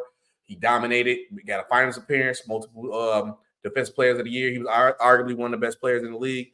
But to Shaq alone, breaking rims, getting his team to the finals, being more dominant what he was, I just had to say congratulations, Shaq. Well deserved. Yeah, no, absolutely. And you know, I'm from Orlando. I was there when the Magic came in, the inception of the Magic. I remember when Shaq got there. I remember meeting Shaq. One of the nicest people I've ever met, by the way. Super nice. I don't think anybody's ever had a bad experience if you've ever met Shaq. No, I have I heard of. He is the nicest, one of the nicest people I've ever met. Anyway, yeah, so yeah, and obviously long time coming. You know, the Magic have had a Magic Hall of Fame for a while. They put him in the Magic Hall of Fame back in once it was 2015, 2016. He thought he was getting jersey retired then, and they were like, no, they didn't do that. You know, the the old owner Dick DeVos didn't believe in that. They're under new manager, new ownership now. So shout out to them again. You know, only there for 4 years, but you know, to be very, very clear, you know, like you said, SB, he put the Orlando Magic on the map. Now, the next year getting Penny Hardaway, that made them global. Cut out Penny. The combination of those two. And while I am not a Magic fan on any level, obviously, clearly, it was a lot of fun to watch Penny and Shaq, who were the 90s version of Magic and Kareem. Ask your mama. Not you. Yeah, I'm telling you the audience. I mean, I asked. My mama was a fan of it. That's why I'm named Shaq. So I asked her for real. Yeah. I did ask. So So shout out to them for doing that. Yeah, shout out to the Magic, man. Let you know what y'all think about it. I want y'all to comment on the video. Tell me your favorite Orlando Magic moment. I know a lot of people might not have because they don't rock with the Magic. I noticed we didn't get to really go over our key game, so we just might just go ahead and get the pick, and then if we get acknowledged as the key game, you know, we'll only got one key game this week. So let me see. First game on the schedule: Pittsburgh at Baltimore. Baltimore is sitting Lamar. They have the number 1 seed wrapped up, so they're not playing for anything. Pittsburgh is still in the playoff hunt. So who are you taking? Pittsburgh at Baltimore? Baltimore don't really care. They got the number 1 seed locked. I'm gonna say the Steelers need to win more than the Ravens do. So I think the Steelers come out to play real hard. I think the Steelers get the dub. Yeah, I'm with you. I think the Steelers win. Because them and the Browns in a chase, right, for the wild card. The Browns are locked in. The Browns locked in. Yep, the Browns are locked in, so the Browns aren't playing for anything. So yeah, I think the Steelers need it. I think the Steelers go out and try to get the win. So yeah, I'm taking the Steelers. Steelers by 7. Before you go to the next thing, I want to say shout out for Mike Tomlin to have a bad job with an offensive coordinator, and the offense has been iffy all this year.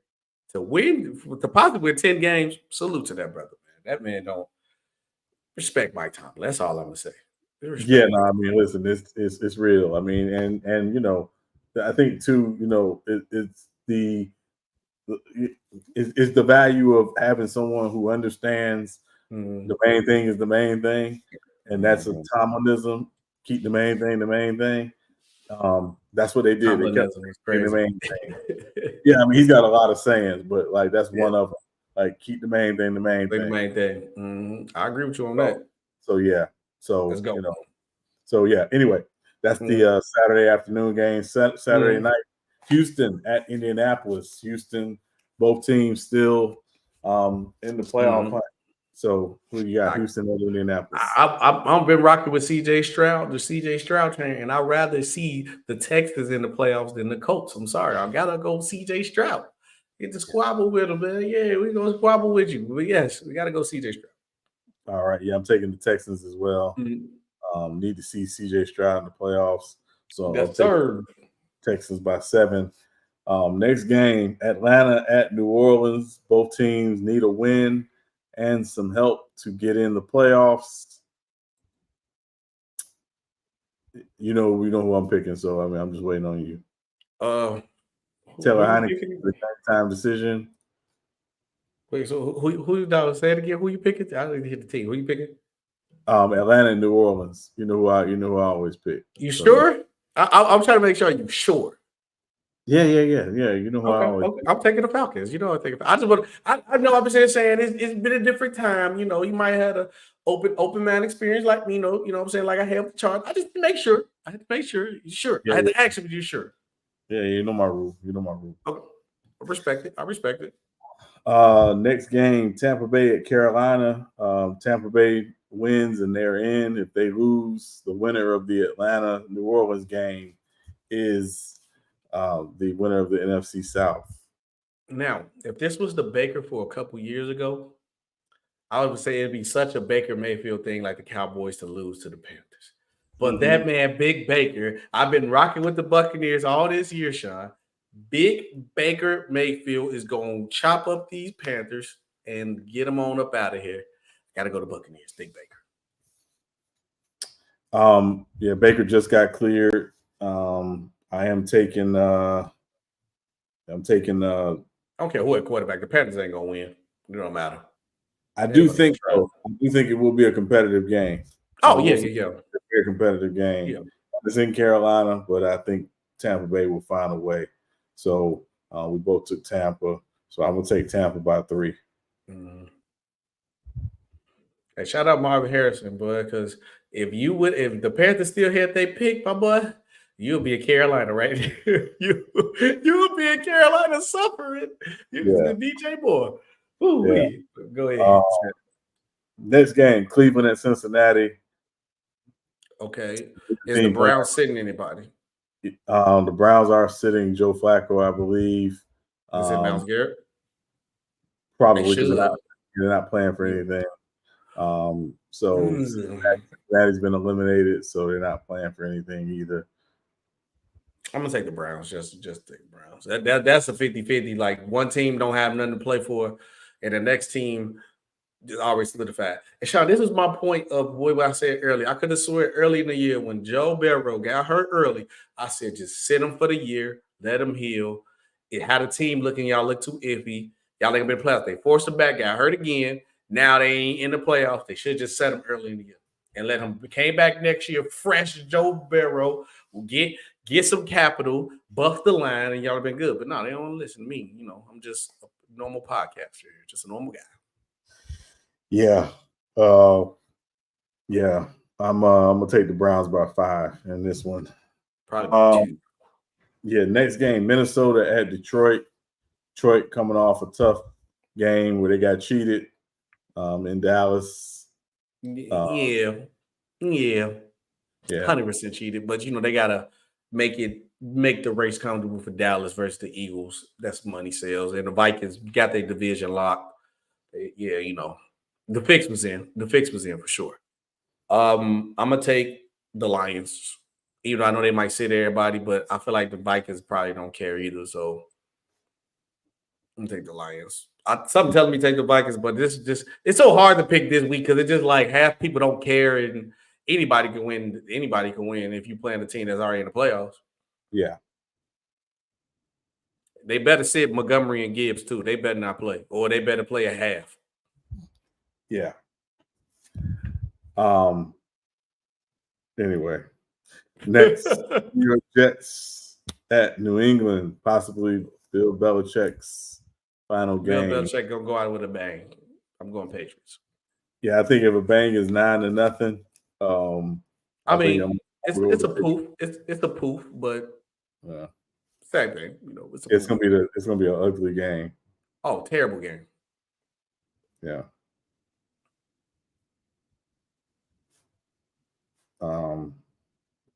Yeah, so I'm gonna take the Patriots in that one as well. Jacksonville at Tennessee. Both these questionable. Not sure if he's gonna play. Jaguars gonna win this game. And my question is, who owns the tiebreaker between? That's what I'm gonna start looking into. If you know off the top of the head, who owns the tiebreaker between the Jag? No, they even. So it's off a point thing because they both beat each other once, right? With the Texans and the Jaguars, right? Yeah, I believe so. Yeah. Okay, so that's what I want to. The Jaguars gonna win for sure. Yeah. Trevor Lawrence good, right?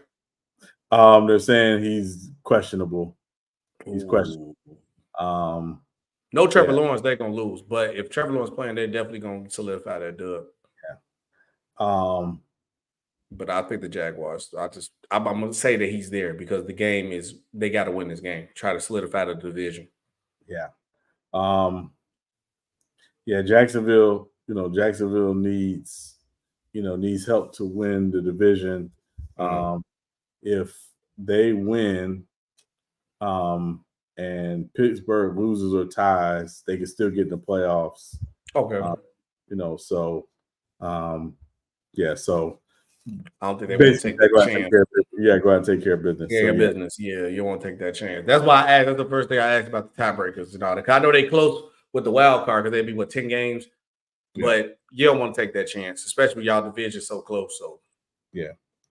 But one thing I do say, Sean, only good thing that does come from this is that the division games being at the end of the week, obviously see like the Texas and the Coast. The game matters now. So now it won't be like half these games that don't matter. We got games on this list that do matter. So it'd be like, I might not watch the Vikings versus the Lions because the game don't matter, but I could watch the Texas versus the Colts. I watched the Colts all this year, but this is a game for the playoffs, so they're gonna play hard. So right. Yeah. We got excuse me. Next game, Seattle at Arizona. I got Seattle. Seattle for the win. Okay, Seattle for the win. Seattle's still in the hunt. They need some help. They need some help in the Green Bay game, but we'll talk about that in a second. I'm taking Seattle as well. I'm taking Seahawks by 14. Yep. Okay.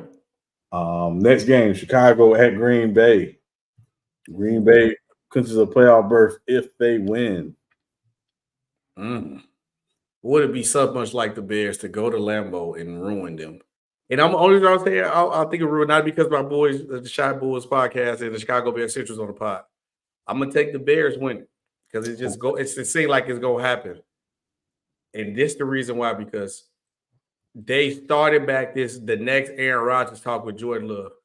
And when they did that, he was going down the drain. People forget what happened mid-season when everybody's ready to get rid of him.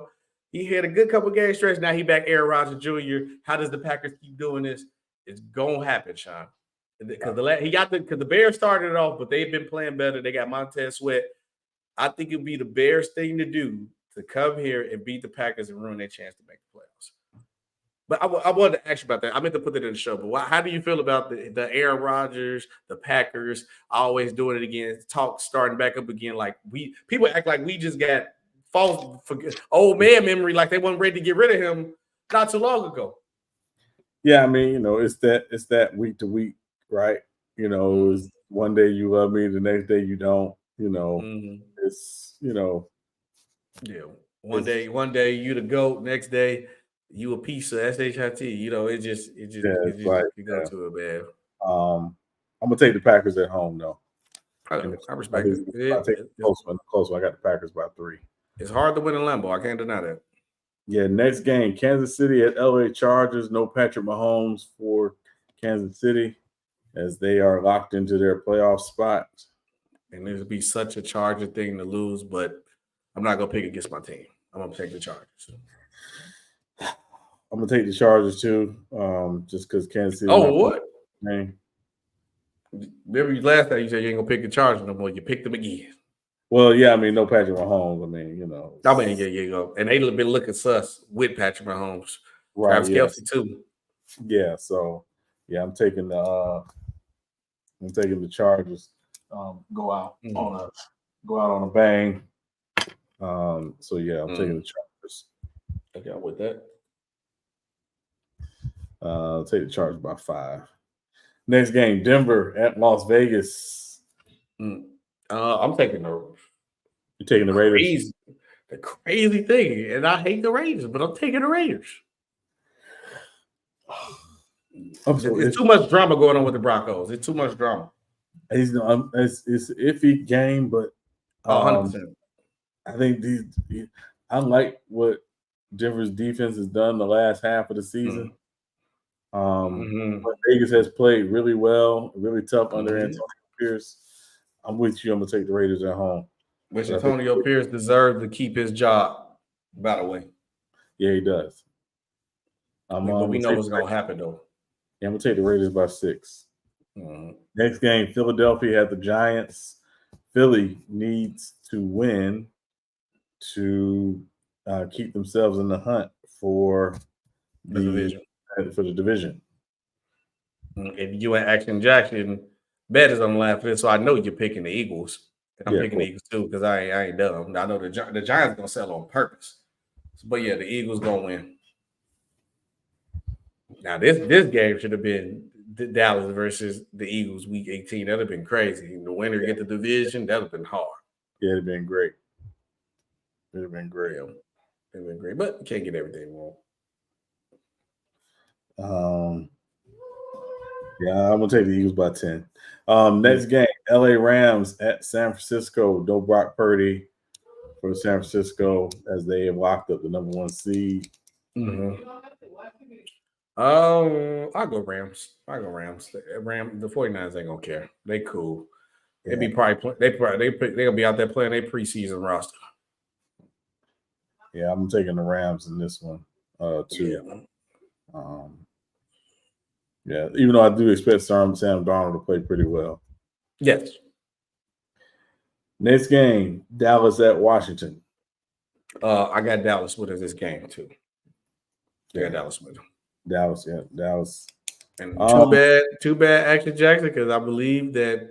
Wait, I don't know. What's y'all tiebreaker then? Do both teams win? Did the Eagles keep it, or what is like the point difference? If both teams win, Dallas wins the division. Yeah. So that means you got the Commanders then. Yeah, I guess. I mean, you have no choice. I mean, that'd be crazy. You made a bet against it, and then you picked them to win. That'd be crazy. I should have picked them to win so they'll lose because I picked them to win a couple weeks. It might happen. I'm picking the Cowboys. Okay. Because it might happen. Yeah, it could happen. It could happen. It definitely might happen. Action Jackson, yes, sir. Dallas for the win. Yeah. And then our one key matchup, the Sunday night game. Buffalo at Miami. Good game. And it's in Miami, right? It is in Miami. Oh, yeah. Miami getting that get back for what happened in Buffalo. Did the Dolphins security thing? Is anybody sitting? I got to ask that on this. Well, remember they lost they lost Bradley Chubb to a torn ACL. That was tough. That's a tough hit for them, too. They lost Jalen Phillips earlier in the season. Too. So their 2 main pass rushers are gone. But they would still make the playoff if they lose, but they won't win the division. Because would the Bills get the division then, right? So if the Bills win, the Bills should get the division. But let me be fair. Yes, if the Bills win, they get the AFC title. The Bills can still they get the tiebreaker. Yeah, they can still clinch a playoff berth, but they would need Pittsburgh to lose, or Jacksonville to lose, or Houston and Indianapolis to tie. So this is why it's the night game, because basically this game decides the division, the AFC division. I'm taking the Dolphins to close it out. It'd be crazy with how good they is. and injuries messed them up, and they lose. I mean, they lose out and don't make the playoffs after all that. That'd be tough. I'm taking Buffalo. What? I'm taking Buffalo. Yeah. Yeah, I'm taking Buffalo. The Dolphins' injuries concern me. Yeah, the injuries concern me. Can they get enough pass rush on Josh Allen? And Possibly. And again, to me, the Joe Brady difference with that offense is they mixed in a lot more run and pass. They're not asking Josh Allen to go out and be Superman. And I don't think he'll have to be Superman Sunday night. I think he just has to go out and play solid football and no crazy turnovers. And they'll win the game. So I'm taking Buffalo. It's risky business with them boys. But that is our picks of the week, Sean. Look, SB gonna try to get him a W. Also, guys, I know I got the Cat Williams stream coming up next. Open panel Cat Williams stream. I gotta eat, so I'm gonna push it back like 30 minutes. By like 8:30, I'll be on, and we could talk about it, do a little reaction to the Cat Williams stream. Posted it yesterday. Look tired. Then daddy dudes with kids, so I'm gonna knock it out today. Because I was gonna do it tomorrow at work, but like you said you gonna be available later, and I might go skating with the kids tomorrow. So we just gonna knock it out tonight, and we can do a reaction to it. I think that blew up on the internet for a reason, but we'll chop it up later on the next stream. Yes, man. Appreciate you guys for watching the show. This is episode 42, Sean. What you got for 42? Well, three guys right off. Jackie Robinson, obviously. Jackie Robinson, so Jackie. Yeah, Ronnie Lott. Respect that. Greatest safety in the history of NFL. And one of my personal favorites has always been Big Game James Worthy. Big Game James, yeah. You gotta give the Worthy, man. I was always a big James Worthy fan, so yeah. Yeah, I probably have to go.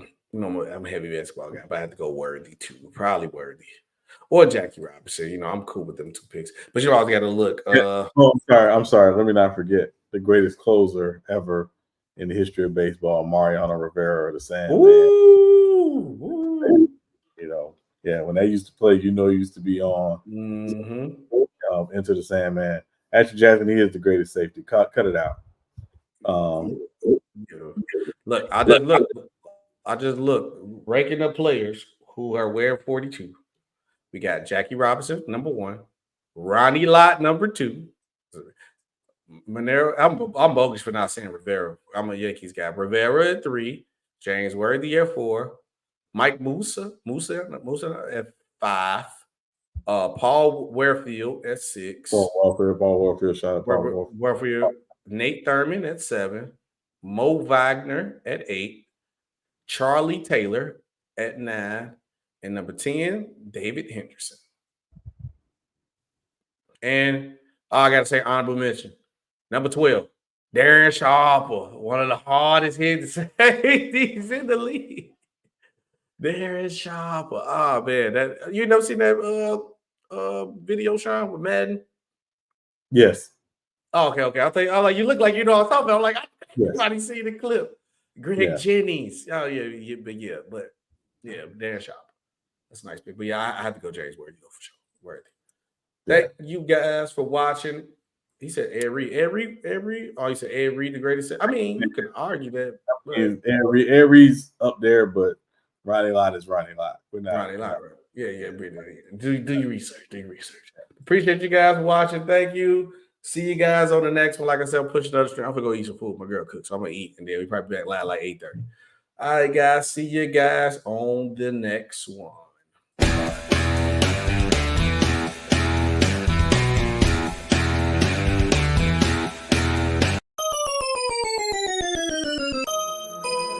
Ruckerman.